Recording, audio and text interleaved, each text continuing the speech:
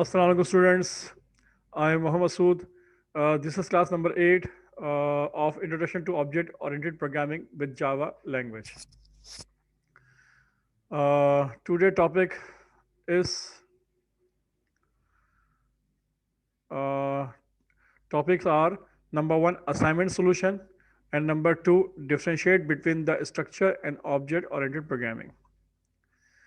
आपको याद होगा लास्ट टाइम मैंने आपको एक असाइनमेंट दिया था और उस असाइनमेंट के अंदर आपको एक छोटी सी मार्कशीट डिज़ाइन करनी थी और उसमें मैंने आपको इनपुट हैंडलिंग के तौर पर मैंने इनपुट करना सिखाया था कि किस तरह जावा के अंदर आप इनपुट कर सकते हैं।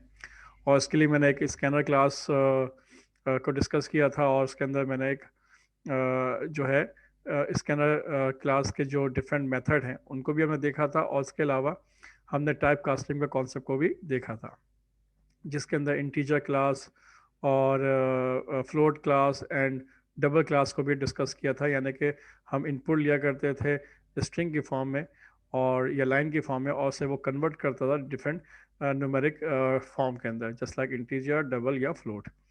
ठीक है, तो आज और उसके बाद मैंने आपको फिर एक असाइनमेंट मैंने दिया था कि आपने एक मार्कशीट डिज़ाइन करनी है और उसमें मैंने कुछ चीज़ें बताई थी क्या क्या क्या चीज़ आप इनपुट लेंगे और क्या चीज़ आप कैलकुलेट करवाएंगे और क्या चीज़ आप डिस्प्ले करवा के दिखाएंगे। तो उसी असाइनमेंट को आज हम उसको सॉल्व करते हैं, उसका एक प्रोग्राम बना के देखते हैं। उम्मीद करता हूँ आपने वैसा बना लिया होगा, लेकिन फिर भी आप चेक कर लें, टैली कर लें कि जो आपने प्रोग्राम बनाया है और जो मैं प्रोग्राम बना के दे रहा हूँ कि दोनों में क्या डिफरेंस है, क्या फ़र्क है, उसको हम देख लेते हैं। और वो स्टूडेंट्स जो ये प्रोग्राम नहीं बना सके, असाइनमेंट नहीं कर सके, तो वो भी देख लें कि किस तरह से ये असाइनमेंट को बनाया जाएगा। और फिर उस असाइनमेंट को बनाने के बाद हम ये भी डिफ्रेंशिएट करेंगे कि किस तरह से स्ट्रक्चर प्रोग्रामिंग और ऑब्जेक्ट ओरिएंटेड प्रोग्रामिंग में क्या फ़र्क होता है और कैसे उसको देखा जाता है। तो उसको भी हम आज इंशाल्लाह देखेंगे। तो जनाब चलते हैं पहले असाइनमेंट की तरफ। क्या आपका असाइनमेंट लास्ट टाइम मैंने आपको क्या दिया था? तो जैसा कि आप जानते हैं कि आपको असाइनमेंट लास्ट टाइम मैंने ये दिया था कि write a program to input roll number, your name, maths marks, English marks, Urdu marks, Islamiyat marks and calculate obtain marks and percentage and display on the screen marksheet form. और उसको आपने marksheet form में display करना है या जो आपको नीचे फ्लोइंग जो मार्कशीट दी गई है इस अंदाज से उसको आपने डिस्प्ले करना है। क्लियर? ये हेडिंग आप डिस्प्ले करेंगे और इसके बाद रोल नंबर देंगे, जो भी नाम आपने इनपुट किया होगा वो डिस्प्ले होगा और बाकी तमाम सब्जेक्ट के मार्क्स यहाँ डिस्प्ले करेंगे और आखिर में आफ्टर मार्क्स और परसेंटेज आप कैलकुलेट करके यहाँ डिस्प्ले करके दिखाएंगे। तो ये बेसिकली आपको एक असाइनमेंट दिया गया था लास्ट टाइम। अगर आपने कर लिया बहुत अच्छी बात है। मैं बहरहाल इस प्रोग्राम को आपके सामने दोबारा बना के दिखाता हूँ जावा के अंदर कि किस तरह से इसको हम प्रोग्राम करते हैं। तो जनाब सबसे पहले क्या कीजिए, आप अपने नेटबिन के ऊपर नेटबिन को रन कीजिए। ठीक है जनाब, ये नेटबिन आईडी जो है इसको आप रन करेंगे और जब ये एनवायरनमेंट रन हो जाएगा तो फिर वहाँ पर हम बाकायदा प्रोग्राम क्रिएट करेंगे।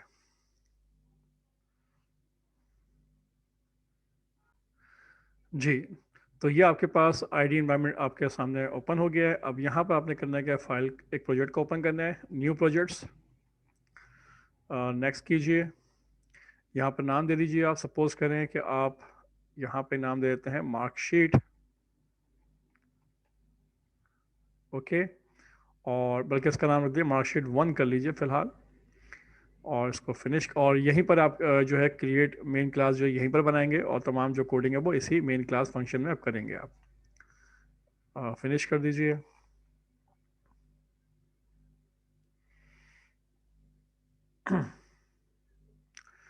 तो जनाब ये आपके पास मार्कशीट 1 डॉट जावा की फ़ाइल ओपन हो गई है। अब यहाँ पे आपने क्या करना है, प्रोग्राम को क्रिएट करना है।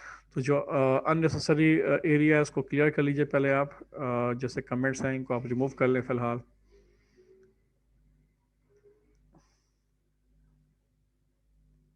ठीक है, और जो मेरी प्रैक्टिस है कि ब्रैकेट के नीचे ब्रैकेट होना चाहिए वो ज़्यादा बेहतर रहता है। तो आप क्लास के जो कर्ली ब्रैकेट आपने ओपन किया है इसको नीचे ले आइए। इसी तरह से जो मेन फंक्शन का जो कर्ली ब्रैकेट आपने ओपन किया है इसको भी नीचे ले आइए। ठीक है, अब सारा कोड हम यहाँ पर करेंगे। तो जनाब हम मार्कशीट बना रहे हैं तो यहाँ पे जो वेरिएबल थे उनको देख लीजिए कि आपके पास जो वेरिएबल्स हैं वो आपके पास क्या है, रोल नंबर है, नेम है, मैथ्स के मार्क्स हैं। अब इसमें डिसाइड कर लीजिए कि रोल नंबर किस फॉर्म में होना चाहिए, नेम किस फॉर्म में होना, यानी इसकी टाइप, डेटा की टाइप क्या होगी, मैथ्स मार्क्स किस टाइप में होंगे। तो हम यहाँ पर हम करते क्या हैं कि हम जो रोल नंबर है वो हम इनपुट ले लेते हैं स्ट्रिंग के अंदर। ठीक है, स्ट्रिंग रोल नंबर, ठीक है।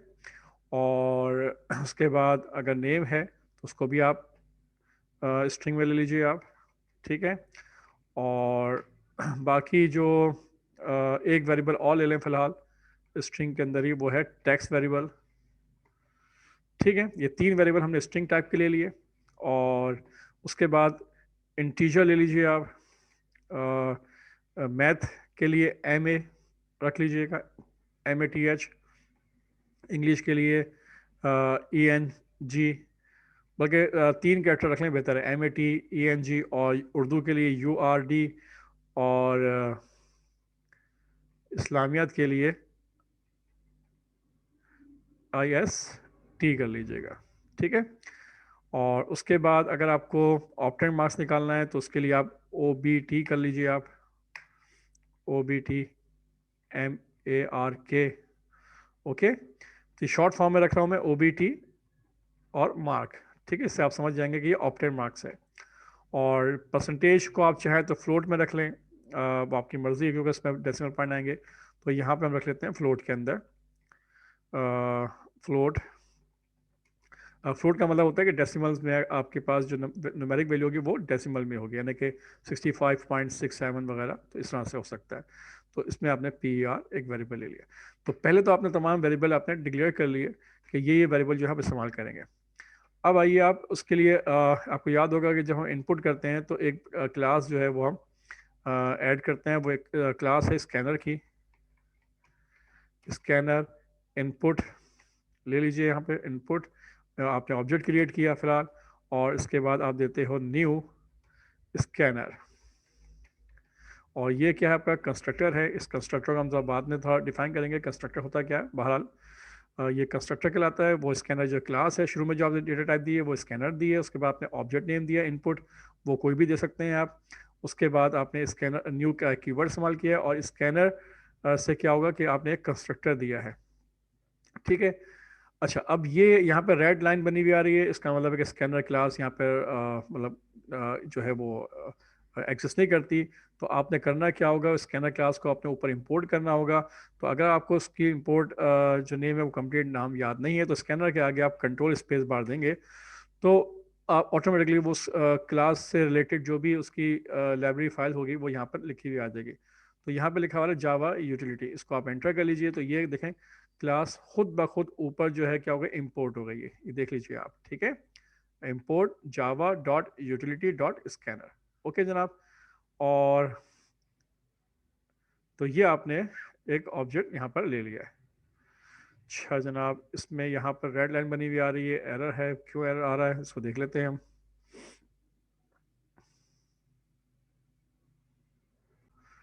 जनाब, तो स्कैनर के अंदर जब आपने ऑब्जेक्ट क्रिएट किया इनपुट, और उसके साथ न्यू दिया आपने कीवर्ड कि एक नया ऑब्जेक्ट क्रिएट हो जाए, और उसके बाद आपने कहा कि स्कैनर, आपने कंस्ट्रक्टर दिया, और कंस्ट्रक्टर के अंदर आपने सिंपल लिखा system.in, क्लियर, ताकि ये इनपुट आउटपुट आप जो है इजली वो ले सके। ठीक है, अब ये इसके बाद आपने करना क्या है, सिंपल आप लिखेंगे print F, sorry, system out dot print line, और इसमें आप कहेंगे एंटर रोल नंबर,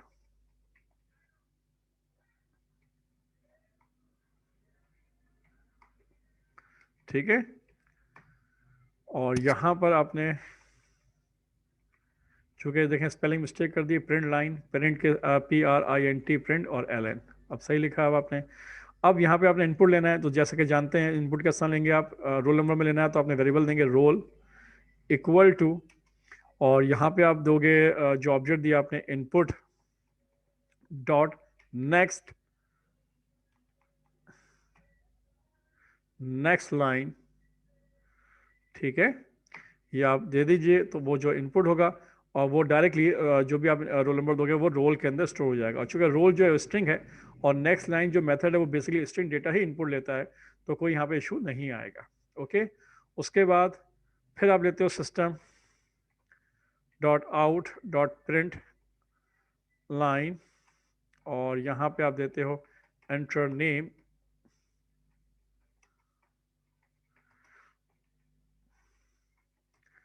ओके, और यहाँ पर आप दे देंगे आप वेरिएबल का नाम name equal to input dot next line.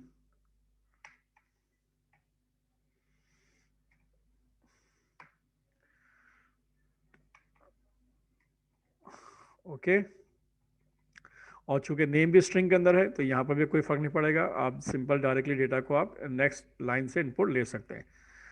अब एक काम कीजिए, यहाँ पर इस दो लाइन को कॉपी कर लें फिलहाल, चूँकि अब आपने जो है वो मैथ्स के मार्क्स या इंग्लिश के मार्क्स इनपुट लेने हैं, उसको कॉपी कर लें यहाँ से, और ताकि लिखने में आपको ज़रा मुझे जल्दी मैं ज़रा क्विकली लिख सकूँ। प्रिंट इन योर, यहाँ सिंपल लिख दिया मैथ्स के मार्क्स। ओके जनाब,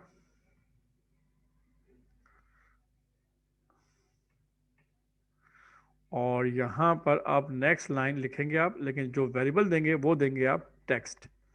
ठीक है, ताकि डेटा जो है वो टेम्परेरी तौर पर टेक्स्ट में स्टोर हो जाए एज ए स्ट्रिंग के फॉर्म में। उसके बाद नीचे आप लिख देंगे कि चूंकि डेटा को आपने स्टोर करना है मैथ के अंदर, तो अपने वेरिएबल देंगे मैथ, और मैथ क्या है, इंटीजर है, और आपने कहा मैथ, और मैथ के अंदर आप क्या होगा, इक्वल टू असाइन कर दो इंटीजर डॉट पर्स इंटीजर, और यहाँ पे दे दिया आपने टेक्स्ट। क्लियर? तो इससे क्या होगा कि जो भी डेटा टेक्स्ट फॉर्म में आप इनपुट लोगे, जो भी नंबर दोगे 25, 45, 65, वो नंबर इंटीजर में कन्वर्ट होने के बाद किस में आ जाएगा, एमएटी वेरिएबल में आ जाएगा। क्लियर? तो इस बात को आप ध्यान में रखिएगा, आपने इसको इस तरह से कन्वर्ट करना, और ये टाइप कास्टिंग का कॉन्सेप्ट कहलाता है, और ये मैं आपको लास्ट क्लास में बता चुका हूँ। इसी इन 3 लाइन को कॉपी कर लीजिए आप सिंपल, और यहाँ पर अब मैथ्स मार्क्स की जगह पे आप कर लीजिए इंग्लिश के मार्क्स। ओके, और इंग्लिश के मार्क्स के साथ ही आप यहाँ पर लिख दीजिए आप यही टैक्स कर लीजिए, और प्लस यहाँ पर जो वेरिएबल है मैथ को चेंज कर लीजिए अब किसके साथ, ईएनजी के साथ। डेटा कहाँ स्टोर करना है आपने, इंग्लिश में करना है। क्लियर? अच्छा, इसी तरह से आप, अच्छा जो आउटपुट एरिया है, अगर इसको थोड़ा सा आप इसका साइज छोटा करना चाहे कर सकते हैं, ताकि आप कोड को ज़्यादा से ज़्यादा यहाँ पर देख सकें। फिर इसी लाइन को कॉपी कर लीजिए दोबारा से आप, और यहाँ पर आप अगेन पेस्ट कीजिए, और फिर मैसेज चेंज कर लीजिए, एंटर इंग्लिश की जगह पर आप लीजिए उर्दू मार्क्स। ओके, और उर्दू मार्क्स के बाद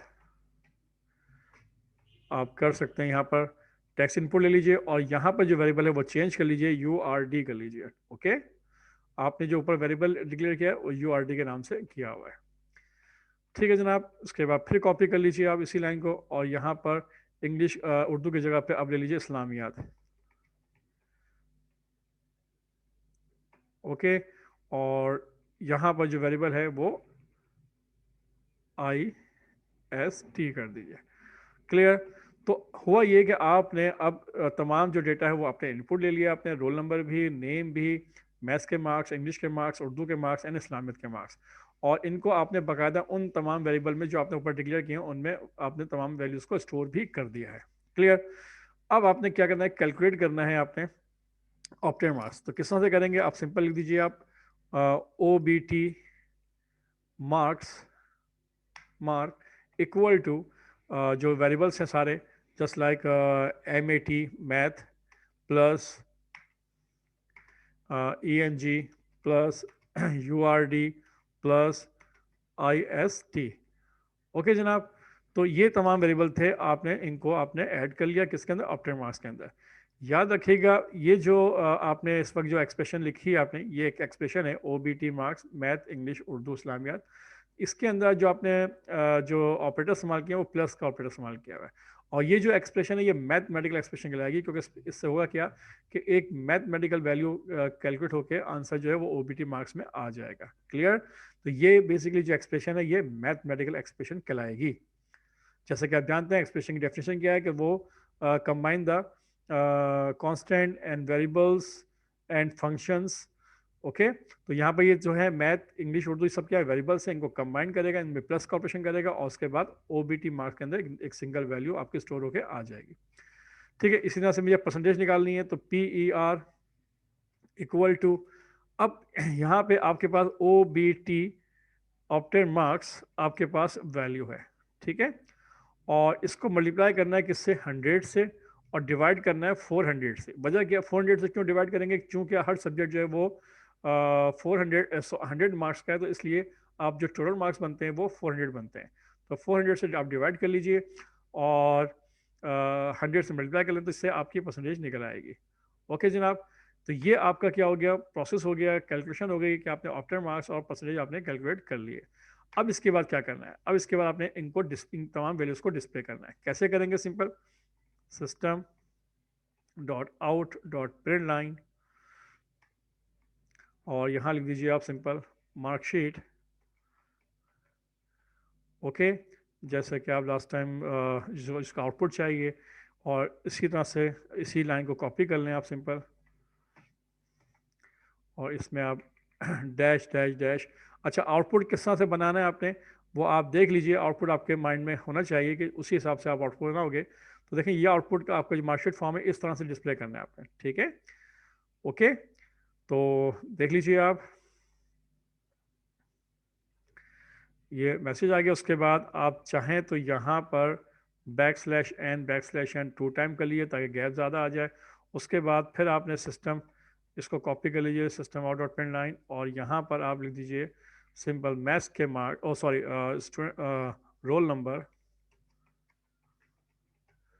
इस और रोल नंबर को प्रिंट करवाना है, तो किस तरह से प्रिंट करवाएंगे, आगे प्लस के साथ, यानी कॉन्केटिनेशन करेंगे किसको, ROLL को। तो यहाँ पे क्या आ जाएगा, रोल नंबर प्रिंट हो जाएगा। याद रखिए ये वेरिएबल है और ये आपका एक कांस्टेंट स्ट्रिंग मैसेज है जो इसके साथ डिस्प्ले होगा। इसी लाइन को कॉपी कर लीजिए सिंपल, और यहाँ पर अब आप सिंपल आप लिख दीजिए स्टूडेंट नेम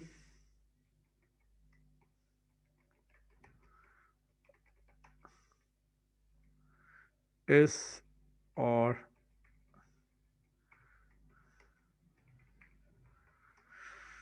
रोल की जगह पे आप लिख दीजिए नेम।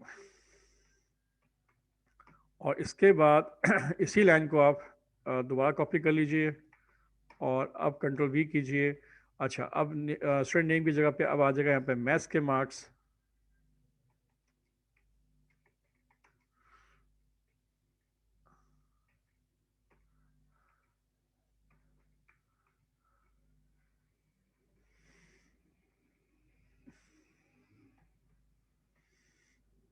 और यहाँ पर वेरिएबल दे दीजिए MAT।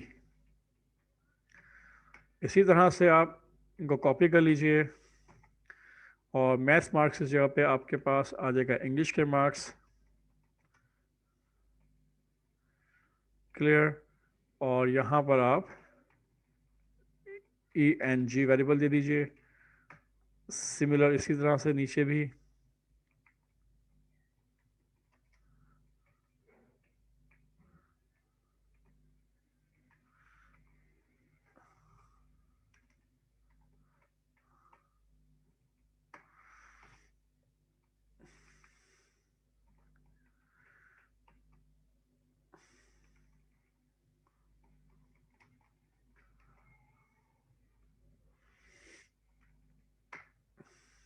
और इसी तरह से आप नीचे आप ऑप्टेन मार्क्स दे दीजिए OBTMARK, और यहाँ पर जो है आप ऑप्टेन मार्क्स लिख लीजिए आप।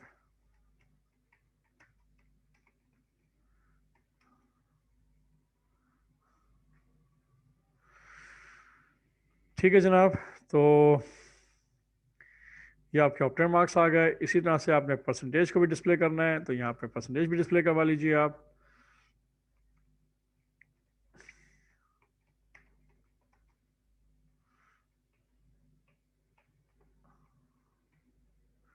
और यहाँ पर वेरिएबल दे दीजिए आप PER। ओके, स्मॉल में दिया हुआ है अपने स्मॉल लेटर में, तो आप स्मॉल लेटर में ही PER दे दीजिए। तो बेसिकली आपने ये जो आपका आउटपुट है वो भी आपने डिज़ाइन कर लिया। तो ये इनपुट एरिया हो गया, आपने इनपुट कर लिया। उसके बाद ये आपका प्रोसेसिंग एरिया है, यहाँ पे आपने प्रोसेसिंग यानी कैलकुलेशन किया आपने।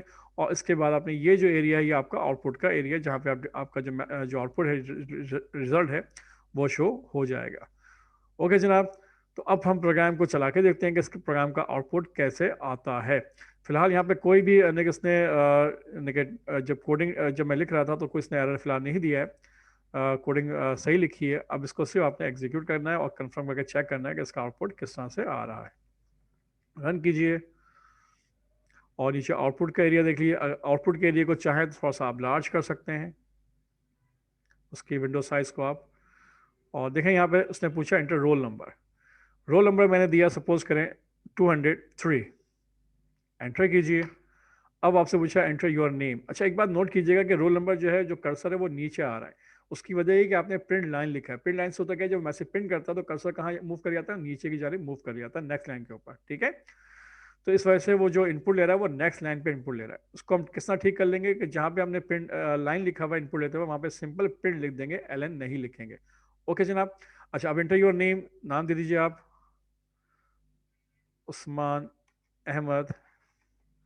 एंटर कीजिए। अब वो पूछता है मैथ्स के मार्क्स। आपने मैथ्स के मार्क्स दिए 56, इंग्लिश के मार्क्स 77, उर्दू के मार्क्स 58, इस्लामियत के मार्क्स 79। अब जैसे ही आप इंटर करोगे तो देख लीजिए आपके सामने जो रिज़ल्ट है वो आपके सामने आ गया है। यहाँ पर जो रिज़ल्ट आ रहा है वो लिखा हुआ आ रहा है रोल नंबर इज़ 203, और उसके बाद स्टूडेंट नेम आ रहा है। उसके बाद मैथ्स के मार्क्स, इंग्लिश के मार्क्स, उर्दू के मार्क्स सब उसने इनपुट कर दिए। और ऑप्टिमल मार्क्स निकालने के बाद जो ऑप्टिमल मार्क्स आए वो 270 आए, और परसेंटेज क्या आ रही है उसकी 67.0 आ रही है। ओके जनाब, तो ये उसने आपको आउटपुट दे दिया है।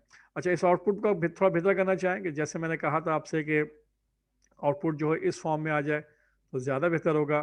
तो तकरीबन उसी फॉर्म में, बस सिर्फ फ़र्क ये है कि यहाँ पे जो गैप है वो आप देना चाहते हैं तो किस तरह का गैप देंगे। प्रोग्राम में थोड़ा चेंज कर लेते हैं ताकि प्रोग्राम आपका सही और बेहतर नज़र आपको आए।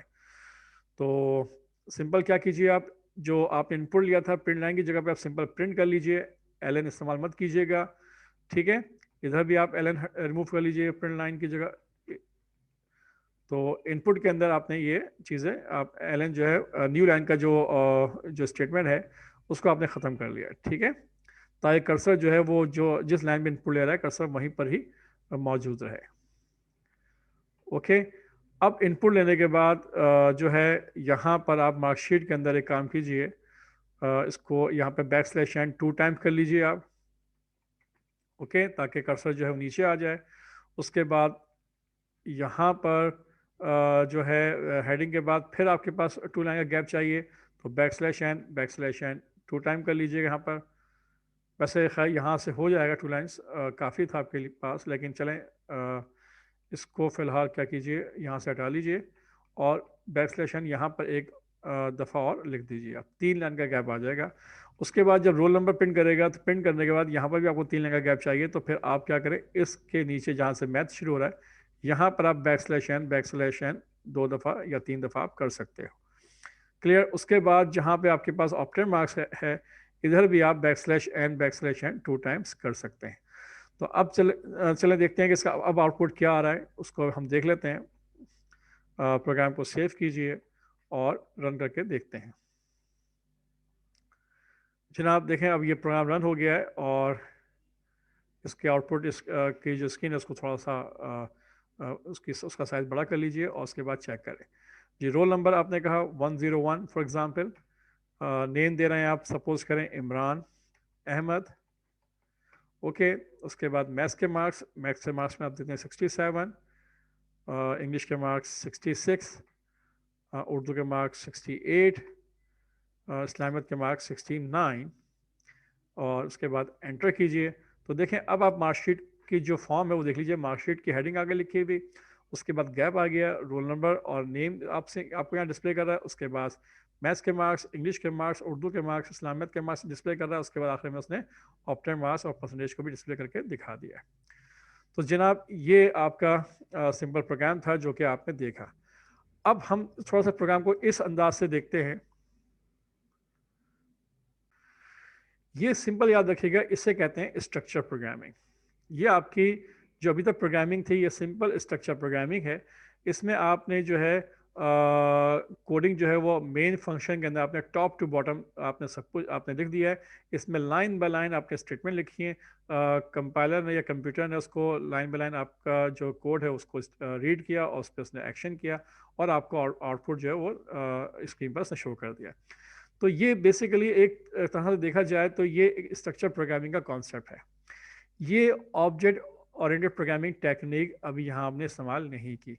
अब मैं ये चाहूँगा कि यही प्रोग्राम दोबारा बनाया जाए, लेकिन ऑब्जेक्ट ओरिएंटेड प्रोग्रामिंग की टेक्निक से बनाया जाए ताकि उस टेक्निक को उस कॉन्सेप्ट को भी समझ सकें। क्लियर? तो स्ट्रक्चर प्रोग्रामिंग में सिंपल होता क्या है, टॉप टू बॉटम आप इससे इंस्ट्रक्शन लिखते चले जाते हैं और बस उनको आप लिखने के बाद अपना पूरा टास्क जो है उसको कंप्लीट कर लेते हैं। और इस केस के अंदर प्रोग्राम की जो कोडिंग है वो बहुत लंबी हो जाती है। और दूसरी बात ये कि ये पूरा होल एक ही प्रोग्राम होता है। इसमें इनपुट सेक्शन भी एक ही जगह पर है, कैलकुलेशन भी एक ही जगह हो रही है, आउटपुट भी एक ही जगह पे आ रहा है। और अगर मुझे सपोज करें ये ही प्रोग्राम अगर दो स्टूडेंट्स के लिए मैं अगर इनपुट लेना चाहूँ, मैं चाहूँ कि दो स्टूडेंट्स का रिकॉर्ड इनपुट लिया जाए और दो स्टूडेंट्स की रिकॉर्ड की जो है मार्कशीट डिस्प्ले हो जाए, तो याद रखिएगा इस पूरे प्रोग्राम को मुझे रिपीट करना पड़ेगा एक दफ़ा और। यानी कि यहाँ से लेकर यहाँ तक मुझे पूरी कोडिंग दोबारा करनी पड़ेगी और इसका पूरा ब्लॉक बनाऊंगा, कॉपी करूंगा, फिर इसके बाद इसको नीचे पेस्ट करूंगा, फिर मैं प्रोग्राम चलाऊंगा। तो क्या होगा, ये दो स्टूडेंट्स की मार्कशीट आपकी बन जाएगी, लेकिन प्रोग्राम की लेंथ क्या हो जाएगी, बहुत बढ़ जाएगी। अगर सपोज करें कि आपने तकरीबन यहाँ पे कोडिंग देख लीजिए कि 52 लाइंस का अगर प्रोग्राम लिखा हुआ है, तो 52 लाइंस का प्रोग्राम आपको बार बार रिपीट करना पड़ेगा।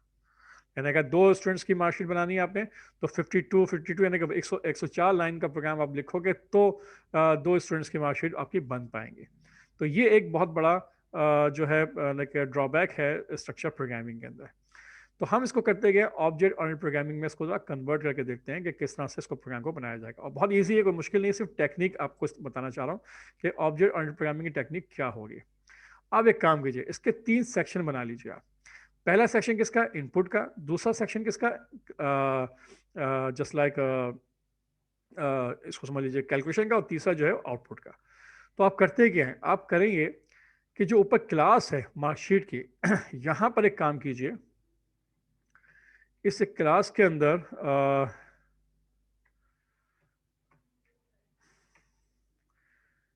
तमाम जो वेरिएबल्स हैं वो पहले यहाँ क्रिएट कर लीजिए आप।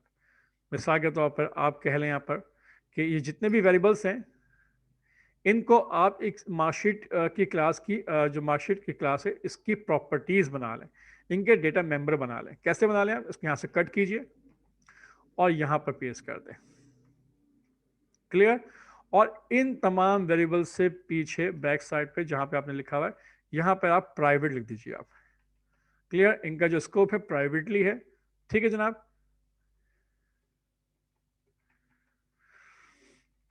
और इसको भी आप प्राइवेट कर लें। तो तमाम जो मेंबर वेरिएबल्स हैं ये सब क्या हो चुके हैं, प्राइवेट हो गए। ओके जनाब। उसके बाद यहां पर आप बनाइए एक मेथड, किस नाम से, जस्ट लाइक वाइड डिस्प्ले, या सिंपल इनपुट स्टूडेंट। अच्छा नाम इस तरह रख लें ताकि तो अच्छा लगे, आई को अपर केस में कर लीजिए, इनपुट स्टूडेंट डेटा या इंफॉर्मेशन। ओके, ये आपने सिंपल एक फंक्शन बना लिया या एक मेथड बना लिया। क्योंकि आप जानते हैं क्लास में क्या होते हैं, डेटा मेंबर्स होते हैं और डेटा मेंबर्स फंक्शंस होते हैं। तो ये आपके फंक्शंस हो गए। फंक्शन होगा इनपुट स्टूडेंट डेटा के नाम से। और जो जो चीजें आपने इनपुट की थी उन तमाम यानी कि इनपुट जो सेक्शन है उसको यहाँ से आप पिक कॉपी कीजिए और वहाँ पर पेस्ट कर लीजिए। कंट्रोल सी से कॉपी कीजिए और यहाँ पर इसको आप पेस्ट कर लें। क्लियर?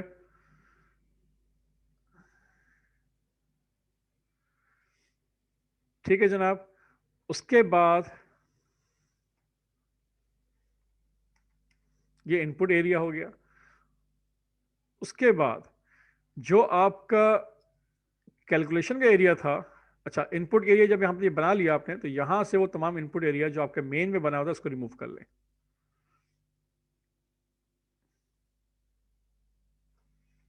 ओके जनाब। अच्छा अब आइए यहाँ पर। अब यहाँ पर देखें इनपुट का जो ऑब्जेक्ट है वो यहाँ पर जो है एक्सेसिबल नहीं है, क्योंकि आपने ऑब्जेक्ट जो है वो कहाँ बनाया, मेन के अंदर बनाया। इस जो स्कैनरी क्लास थी और यहाँ पे जो आपने इनपुट आपने बनाया था, इसको भी यहाँ से रिमूव कर लीजिए, कट कर लीजिए आप। और जनाब इसको भी कहाँ कर लें आप, ऊपर इनपुट स्टूडेंट डेटा के अंदर ही इसको आप ऐड कर लीजिए। क्लियर। तो देखें आपके इस एरिया से जो इनपुट स्टूडेंट डेटा डेटा का जो मेथड था, यहाँ पर आपने उसको लिख लिया आपने उसको। तो इससे क्या हो गया, यहाँ जो एरर आ रहे थे इनपुट ऑब्जेक्ट के ऊपर वो ख़त्म हो गए। क्लियर। तो यहाँ पर आपने क्या किया, सिंपल ये आपने इनपुट मेथड के अंदर, इनपुट स्टूडेंट डेटा के अंदर आपने इनपुट पर जितनी भी कमांड लिखी थी वो सब आपने यहाँ पे लिख लिया आपने। क्लियर हो गई बात। अच्छा अब और समझ लीजिए इस बात को। अब आपने करना क्या है, यहाँ पे आपका इनपुट सेक्शन खत्म हो जाता है, इसको यहाँ से क्लोज कीजिए। अब यहाँ पे आप एक और मेथड बनाइए। कौन सा, वाइड कैलकुलेशन के नाम से।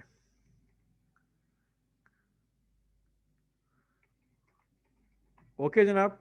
और यहाँ पर जो है आप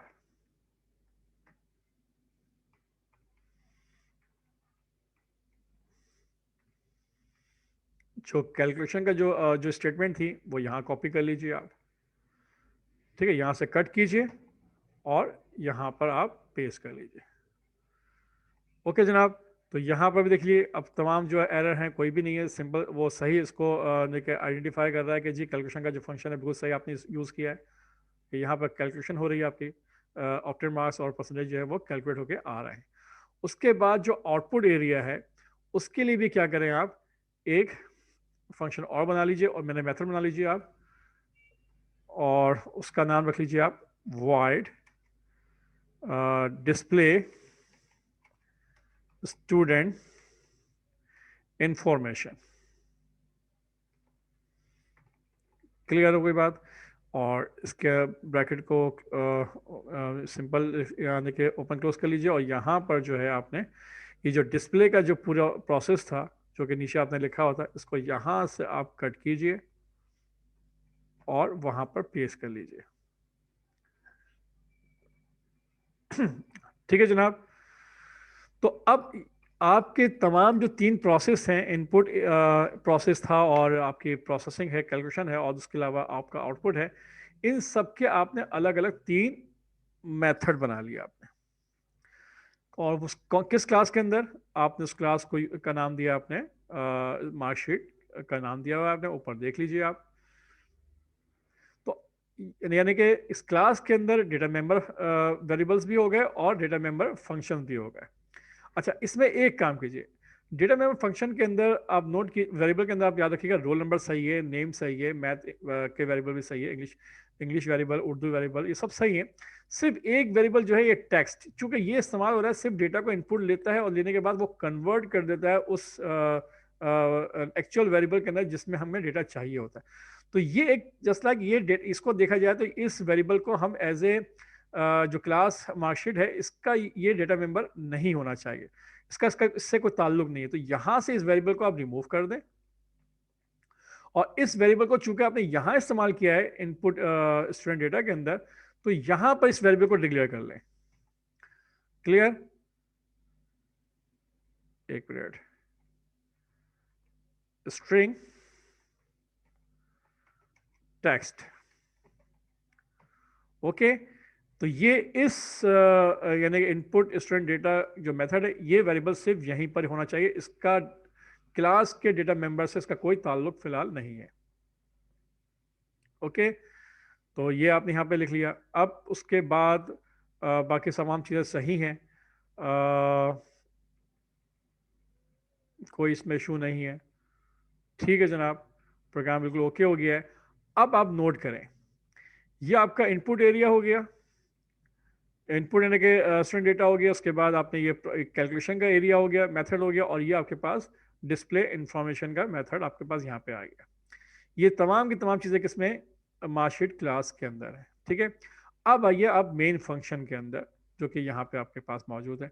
अब आपने करना क्या है, यानी आपका जो मेन फंक्शन है, जहाँ पे तमाम स्टेटमेंट एग्जीक्यूट होती हैं, उनका आउटपुट आपके सामने आता है, तो यहाँ पे कुछ भी नहीं है। अब करना क्या है, इन तमाम चीज़ों को यहाँ पे अप्लाई करना है। कैसे करेंगे, सबसे पहले तो उस क्लास का नाम क्या था, मार्कशीट, मार्कशीट 1।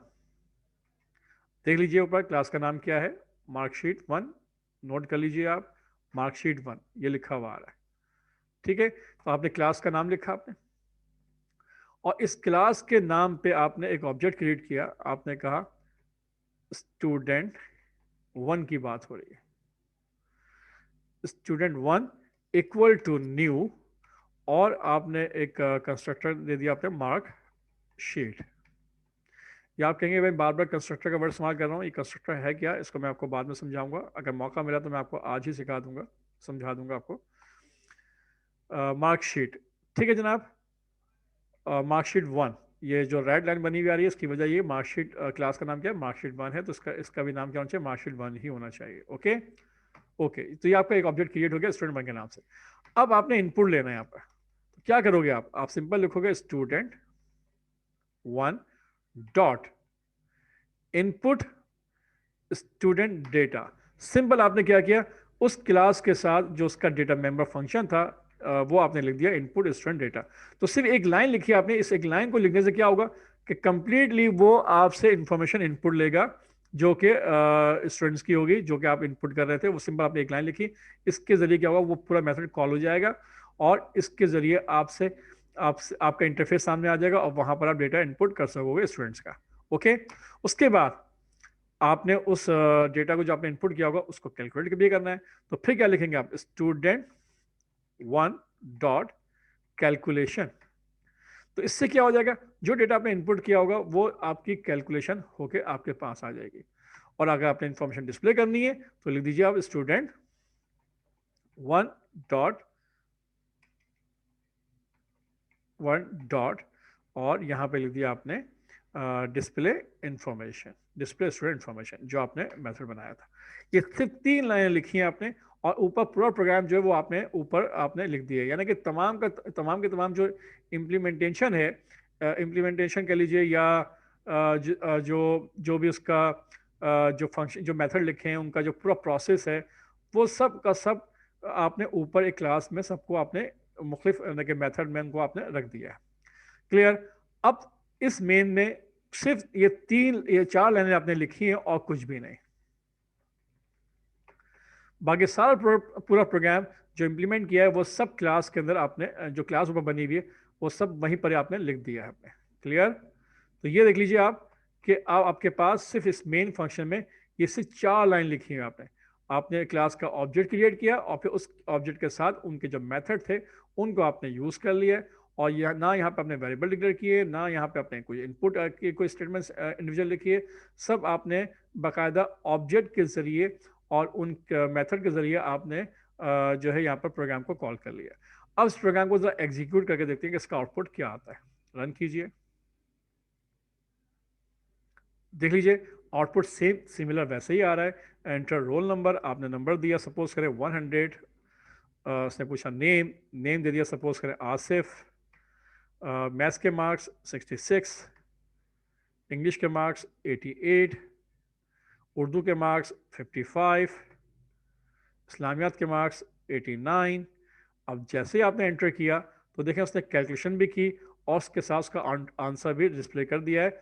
आप देख लीजिए, थोड़ा सा मैं आउटपुट एरिया बढ़ा लेता हूँ, ये देख लीजिए आप, ये पहले उसने इनपुट लिया था, उसके बाद ये आपका आउटपुट आपके सामने आ गया। क्लियर। तो देखें ये प्रोग्राम आपका जो बन के आया, इसको हम कहेंगे ये ऑब्जेक्ट ओरिएंटेड प्रोग्रामिंग टेक्निक से आपने क्या किया है, इस मार्कशीट को बना के दिखाया।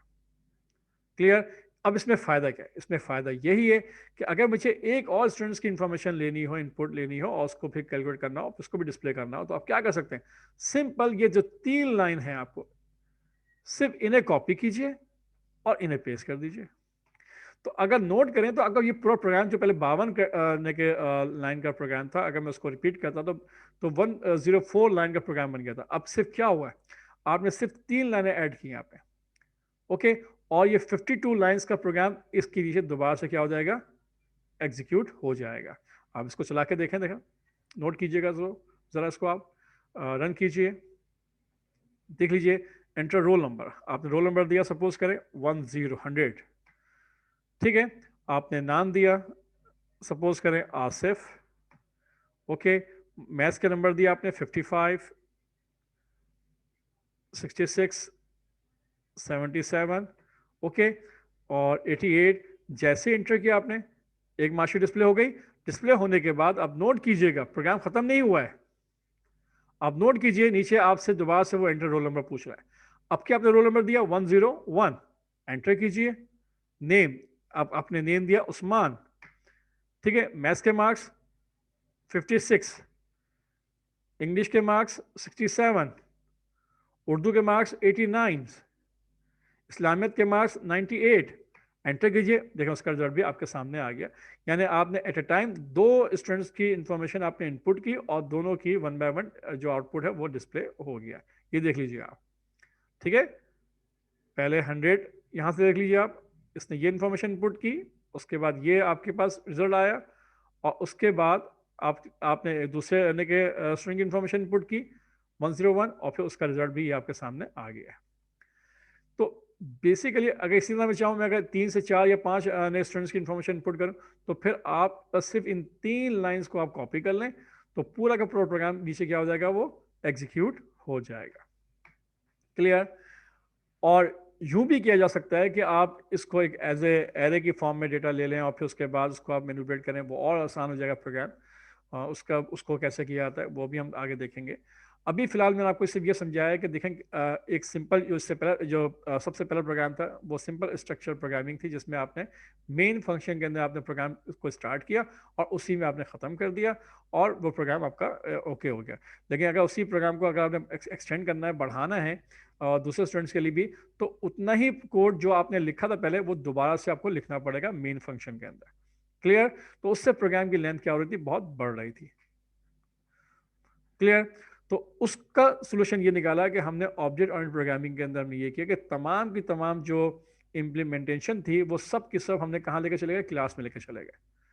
जो वेरिएबल हमने डिक्लेयर किए उनको as a class member, class के जो डेटा मेंबर हैं उनको वहाँ पे हमने डिक्लेयर कर दिया। उसके बाद जो भी फंक्शंस थे यानी कि मेथड थे, उनका जो काम था और कि किस तरह से स्टूडेंट की इन्फॉर्मेशन इनपुट लेनी है, किस तरह से उनके सब्जेक्ट्स की कैलकुलेशन करनी है और किस तरह से उनका आउटपुट डिस्प्ले करना है, वो उनके हमने क्या कर लिए, 3 अलग अलग फंक्शन बना लिए।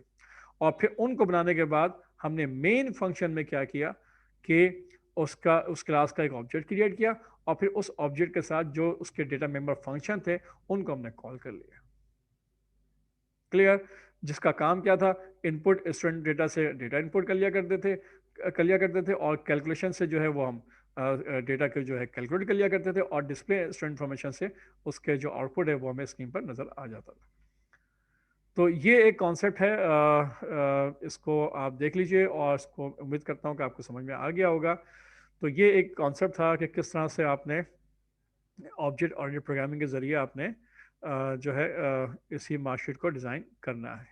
तो यहाँ पे आप स्ट्रक्चर प्रोग्रामिंग और ऑब्जेक्ट ओरिएंटेड प्रोग्रामिंग का कुछ कॉन्सेप्ट आपको क्लियर हुआ होगा। अब ये ऑब्जेक्ट ओरिएंटेड प्रोग्रामिंग के अंदर और बहुत सारे कॉन्सेप्ट हैं। अभी फ़िलहाल हमने यहाँ पर उन कॉन्सेप्ट को भी और ज़्यादा अभी हमने इम्प्लीमेंट नहीं किया, लेकिन हम उसको भी देखेंगे। अभी फ़िलहाल हमने सिंपल एक छोटा सा मेथड हमने देखा है ऑब्जेक्ट ओरिएंटेड प्रोग्रामिंग का। ठीक है जनाब, तो आज की क्लास को हम यहीं पर वाइंड अप करते हैं। इंशाल्लाह नेक्स्ट क्लास में फिर हम हाजिर होंगे और कुछ नए टॉपिक के साथ। तब तक के लिए अल्लाह हाफिज़।